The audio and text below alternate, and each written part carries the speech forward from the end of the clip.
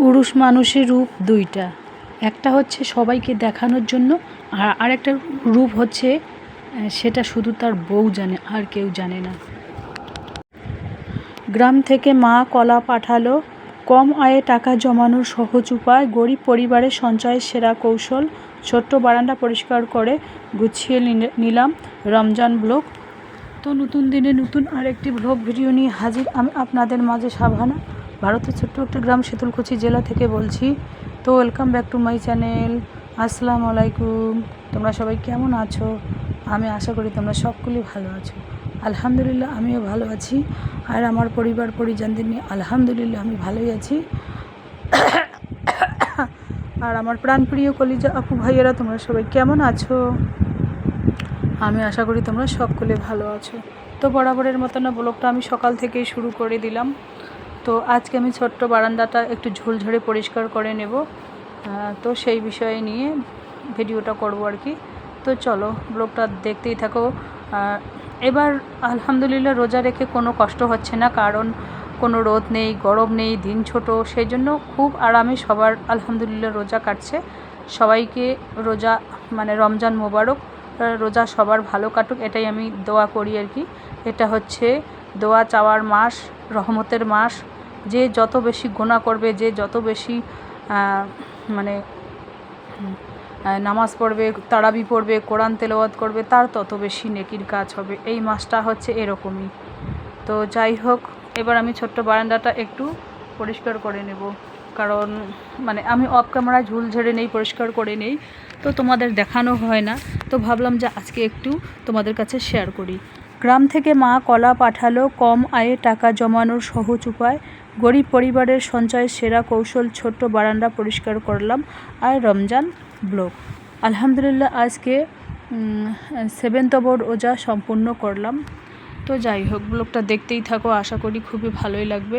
সর্দি ধরেছে, মানে একটু হালকা সর্দি ধরেছে, মানে যখন দেখি আর কি, যখন কাজ করি আমি তখন কিন্তু গরম লাগে, তখন একটু ফ্যানটা ছাড়ি, যখন আবার ঠান্ডা ঠান্ডা লাগে তখন আমি ফ্যানটা বন্ধ করে দিই। কারণ এই ঠান্ডা কিন্তু একেবারে যখন বসে যাবে তখন সর্দি ধরবে, আর কিছু করা যাবে না, সেটাই আর কি। আমি অনেক নিয়ম কানুন মেনে চলি, সেই জন্যই তো মানে ভিডিওটা এডিট করার সময় ফ্যানটা দিয়েছিলাম, সংসারে কিছু কাজকর্ম গুছিয়ে নিলাম, তো গরম লাগছিল, তো এবার আমি ফ্যানটা বন্ধ করে দিলাম আর কি। এই যে দেখতে পাচ্ছেন কলাটা, এটা আমার মায়ের বাসার কলা, খুব এটাকে আটিয়া কলা বলা হয় আমাদের গ্রামের ভাষায়। তোমাদের ভাষায় কি বলা হয় সেটা আমি জানি না। তো দেখুন আমি এবার বারান্দাটা ঝাড়ু দেবো। এই দেখুন কত ধুলোবালি, এটা যেহেতু মেইন রোডের সামনে এই আমাদের গেটটা, সেই জন্য অনেক ধুলোবালি লেগে থাকে। আর কি করব, কিছু করার নেই আর কি, একটু অ্যাডজাস্ট করে নিতে হবে আর কি। তো যাই হোক, কম আয়ে টাকা জমানোর সহজ উপায়, মানে গরিব পরিবারের মানে গ্রামের সঞ্চয়ের সেরা কৌশলগুলো তোমাদের কাছে আমি শেয়ার করতেছি। দেখুন, সঞ্চয়ের সেরা কৌশল কি? 1 নম্বর তো টাকা পয়সা খরচ করার থেকে নিজেকে কন্ট্রোল করতে হবে, নিজেকে ধৈর্য ধরতে হবে। তো সেরা কৌশল কি? 1 নম্বর কৌশল হচ্ছে সংসার খরচ থেকে তুমি ইচ্ছা করলেই জমাতে পারো, আর ইচ্ছা করলেই কিন্তু জমাতে পারো না, সেটা তোমাদের উপর ডিপেন্ড করে। যারা ধনী ব্যক্তি, যাদের ইনকাম ভালো, তারা কিন্তু জমাইলি বা কি না জমাইলি বা কি, আমার তো মনে হয় যারা ধনী ব্যক্তি তাদেরও টাকা জমিয়ে রাখা উচিত। কারণ দেখুন, কার কপাল কোন সময় কিভাবে ঘোরে সেটা বলা মুশকিল। ধনীও একদিন গরিব হয়, আর গরিবও একদিন ধনী হয়, এটাই হচ্ছে বাস্তব কথা। সেই জন্য আমি বলি কি, ধনী হোক গরিব হোক, সবাই একটু একটু করে টাকা যদি আমরা সঞ্চয় করে রাখি, তাহলে ভবিষ্যতে বিপদের সময় কিন্তু আমাদের কাজে আসবে। মেয়ের বিয়ে, ছেলের বিয়ে, বাড়ি ঠিক করা, জমি একটা কেনা, মানে এইগুলো জায়গায় যদি আমরা ইনভেস্ট করি আর কি টাকাগুলো, মানে সঞ্চিত টাকাগুলো, তাহলে কিন্তু আমাদের খুবই উপকারে আসবে। আর একটা উপকার হচ্ছে কি, সঞ্চয়ের সেরা আর একটা কৌশল কি, আমরা 1 সপ্তাহের মধ্যে 1 দিন বাজার ছাড়া সংসার চালিয়ে দেব। বাজার সেদিন যাবই না, ঘরের মধ্যেই থাকবো। তো ওখান থেকেই হলো 200-300 টাকা হলো সপ্তাহে সেভ থাকবে, তাহলে 4 সপ্তাহে 1 মাস, তাহলে 200 টাকা যদি সেভ থাকে, একটা সংসারে 200 টাকা তো সংসার খরচ হয় না দিন পার ডে। তো ধরলাম 300, মিডিয়ামভাবে ধরলাম 300, তাহলে 3 3 6 1200 টাকা মাসে আমাদের সেভ হলো। এটা একটা সেরা কৌশল। আর একটা হচ্ছে যখন কোনো অফার আসবে, মানে ওই শপিং মলে যখন কোনো অফার টফার আসবে তখনই কিন্তু আমরা কেনাকাটা করব। আর কেনাকাটা আমরা যেখানে ঘন ঘন করেছিলাম, মাসে মাসে করেছিলাম, সেখানে কেনাকাটা যদি আমরা 6 মাস অন্তর অন্তর করি, তাহলে কিন্তু যদি মাসে মাসে কেনাকাটা 1000 2000 করি, তাহলে ওইগুলো টাকা সেভ করো। 6 মাসে হচ্ছে 6000 টাকা থেকে যদি আমরা 3000ও খরচ করি, আরও 3000 আমাদের সেভ থাকে। এটা হচ্ছে একটা সেরা কৌশল। এইগুলো কৌশল কিন্তু আমাদের মানতে হবে।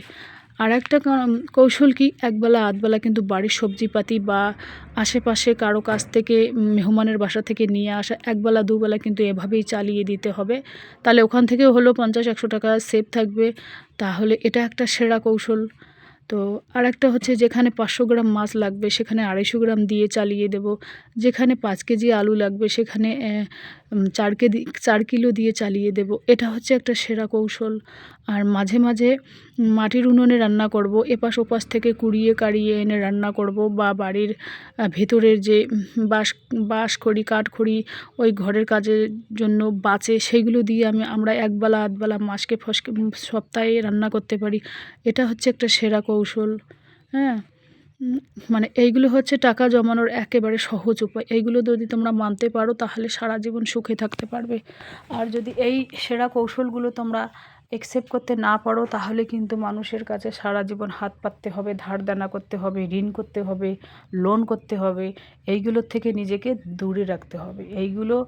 এইগুলো যাদের আছে তাদের একেবারে বেঁচে থাকা খুবই মুশকিল। কারণ 10 জনের সামনে যদি অপমান করে তখন কেমন লাগবে? মনে করো কেউ আমার কাছে টাকা পায়, 10 জনের সামনে আমাকে অপমান করলো, কী রে টাকা দিস নে কেন, অমুক তমুক হেনা তেনা অনেক কিছু বলে ফেলবে, তখন কিন্তু মনটা খুব খারাপ হবে। সেই জন্য মানুষের কাছে কারো কাছে যাতে ঋণ করতে না হয় সেই দিক দিয়ে খেয়াল রাখতে হবে নিজেকে। আর আমার ব্লগের কোনো না কোনো অংশে তোমাদের ভালো লাগলে সাবস্ক্রাইব করে পাশে থাকবেন। আর আমার ব্লগ কিন্তু প্রত্যেকদিন বিকাল 4টায় আসে। তো যাই হোক, এবার আমি সংসারের টুকিটাকি কাজকর্মগুলো গুছিয়ে নিচ্ছি। রমজানে রোজা রেখে আলহামদুলিল্লাহ আজকে 7তম রোজা সম্পূর্ণ করলাম। তো রোজা রেখেও সংসারের কাজকর্ম এর মধ্যে কিন্তু সুখ পাওয়া যায়, শান্তি পাওয়া যায়, একটা মানসিক শান্তি খুঁজে পাওয়া যায়। পরিষ্কার পরিচ্ছন্ন হচ্ছে ইমানের অঙ্গ। আমরা যদি সবসময় ঘর বাড়ি নিজেকে পরিষ্কার পরিপাটি রাখি, তাহলে কিন্তু মন একেবারে চকচকে ঝকঝকে থাকে। আর একটা মেহমান যদি বাসায় আসে তখন কিন্তু নিজেকে ভালো লাগে। আর যদি ঘর দুয়ার বিছানা পাটি সব অগোছালো থাকে, তাহলে নিজেকে মনে হয় এই রে, ও মনে হয় বাইরে গিয়ে কাউকে বলবে যে হ্যাঁ বউটা অগোছালো, খুব নোংরা। এইগুলো কথা শুনতে কিন্তু ভালো লাগবে না। সেই জন্য আমি প্রথমে ঘুম থেকে উঠেই আগে বিছানাটা গুছিয়ে নিই, তারপরে বাদবাকি সংসারের কাজে লেগে পড়ি। তো এবার আমি ছোট্ট টেবিলটা একটু গুছিয়ে নেব। এটা হচ্ছে আমাদের ডাইনিং টেবিল ভাত খাওয়ার জন্য। তো আর টেবিল কোনো নেই, সেই জন্য আমরা এটাতে ভাত খাই না। আমরা বেশিরভাগ মেঝেতে বসে ভাত খাই। আর কোনো মেহমান আসলে এই ডাইনিং টেবিলেই ভাত দিই আর কি। আপাতত এই ডাইনিং টেবিলটা আমি ওই কিছু জিনিস রাখার ক্ষেত্রে ব্যবহার করতেছি। পরে দেখা যাবে যখন টাকা হবে তখন আর একটা টেবিল কিনে নেব। আর একটা টেবিল যে রাখবো সেই ঘরের মধ্যে জায়গা নেই, সেই জন্য আর একটা টেবিল কেনার কোনো সাহস পাই না। যেহেতু আমরা গরিব ঘরের, আমাদের একটা জিনিস কিনতে গেলে 10 বার ভাবতে হয়। সেই আর কি। তো এই যে দেখতেই পাচ্ছেন সাদামাটা টেবিলটা একটু টুকিটাকিভাবে গুছিয়ে নিচ্ছি। আর দেখা যাক ঈদের শপিং কেনাকাটা কি হয় না হয়। হাজব্যান্ডের কাছে বর্তমান টাকা নেই, সেই জন্য এখন বলবো না। যখন টাকা হবে তখন একটু আবদার করব, হয়তো কিছু ছোটো মোটো জিনিসের আবদার করব। কি জামা কাপড়, আমি তো কাপড়ের আবদার করব না, কারণ আমার নিজের ইনকামের টাকা দিয়ে নিজেই আমি জামা কাপড়, আমার নিজের যে একটা খরচ আছে হাত খরচ, সেটা আমি নিজেই চালিয়ে দিই আলহামদুলিল্লাহ। চাইতে হয় না। তো হাজব্যান্ডকে হয়তো চাইবো, দিলে দিবে, না দিলে নেই, অত জোর নেই, অত ইয়ে নেই। আমি কিন্তু হাজব্যান্ডের কাছে সচরাচর কোনো জিনিস চাই না, কারণ আমি জানি আমি নিজেই ইনকাম করি।